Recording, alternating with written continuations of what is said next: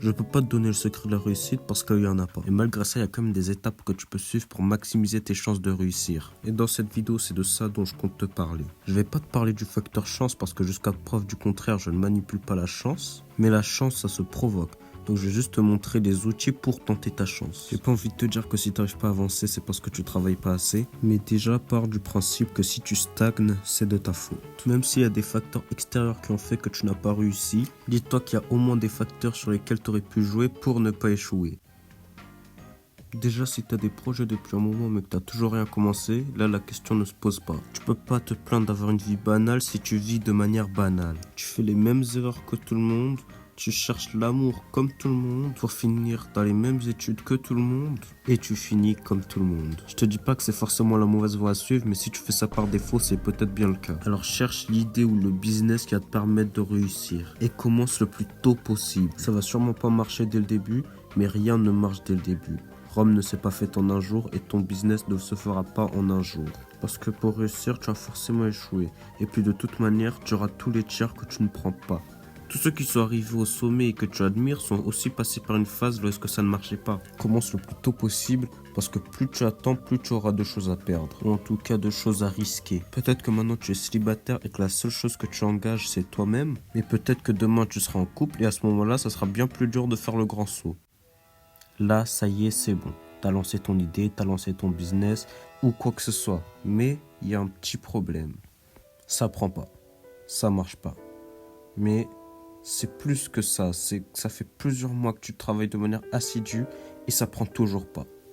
C'est comme si tu rames pour atteindre une terre en plein milieu du point Nemo. Tu perds de l'argent, tu perds de la santé mentale, tu perds du poids, tu perds peut-être même les gens qui t'entourent. Bref, ça va mal et t'as envie d'arrêter.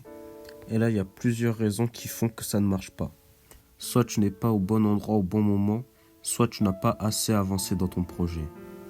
Dis-toi que là, tu es dans l'étape la plus dure de ton projet. Une étape que j'aime appeler la traversée du désert. Cette étape, elle va durer longtemps. Et elle va être dure. Le truc, c'est que tu vas pas l'aimer sur le moment. Mais persévère. Si tu n'as pas réussi, c'est que le moment de ta réussite n'est peut-être pas encore venu. Ça fait 3-4 mois que tu es sur ton projet, mais peut-être qu'il te faudrait bien plus que ça. Peut-être qu'il te faudrait 1 an, 2 ans, peut-être même 3 ans. Laisse juste le temps à la réussite d'arriver. Après tout, la réussite, c'est un peu de chance aussi. Et si la chance n'est pas encore venue, tu ne réussiras pas. Mais si tu provoques suffisamment longtemps la chance, alors ta réussite viendra. Chaque chose en son temps. Après, peut-être que la réussite ne viendra jamais. Mais pas parce que tu n'as pas eu la chance, mais plutôt parce que tu n'as pas eu la bonne idée. Peut-être que 3 ans, c'est ce qu'il faut à ton projet pour se réaliser. Mais si ton idée est mauvaise dès le départ, il ne se réalisera jamais. Mais pour ça, il y a un seul moyen de savoir si ton idée est bonne ou mauvaise. Et c'est le meilleur moyen pour s'améliorer.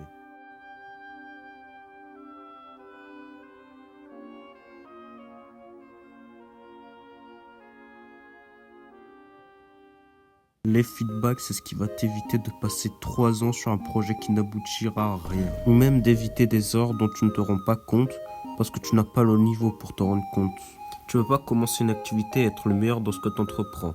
Mais c'est pas grave, parce que tu peux commencer une activité et devenir le meilleur. Et c'est pour ça que les feedbacks sont indispensables. Ça te permet de savoir sur quel point est-ce que tu n'as pas assez bien travaillé et ça va te permettre de savoir sur quoi est-ce que tu as besoin de t'améliorer. Mais bien évidemment, tous les conseils ne se valent pas. Il faut réussir à différencier les messages de haine des conseils constructifs. C'est pas parce qu'on dit que ce que tu fais est nul que c'est un message de haine si on te donne les éléments pour t'améliorer. Il faut que tu sois en capacité de remise en question pour savoir si ce qu'on te dit est réellement constructif ou si c'est juste une insulte à ta personne. Ça y est, on arrive à un stade lorsque tous les efforts que tu as fait depuis le début mènent à quelque chose. Tu gagnes décemment ta vie, tu as une bonne santé mentale, des bons amis, etc. Mais est-ce que le voyage est fini ? Est-ce que tu as vraiment atteint ton objectif à 100%? Ce que je veux dire par là, c'est que tu as beau être dans une situation où est-ce que tu es à l'aise, ce n'est pas forcément la situation à laquelle tu aspirais. Tu avais une ambition qui t'aurait permis d'aller bien plus loin que là où est-ce que tu arrives. Imaginons que tu avais pour objectif de gagner 10K par mois. Pendant un mois, tu travailles sur cet objectif et tu finis par arriver à 3K par mois. C'est déjà très bien d'en être arrivé là, mais est-ce que c'est ce que tu visais? Non. Tu visais bien plus loin, bien plus haut. Et avec l'ambition que tu avais, tu aurais pu y arriver. Alors ne te relâche pas. L'argent amène l'argent et la réussite amène la réussite. Profite du succès que tu as pour aller encore plus loin. Mais surtout, rappelle-toi les raisons qui t'ont poussé à choisir cet objectif pour ne jamais le perdre des yeux.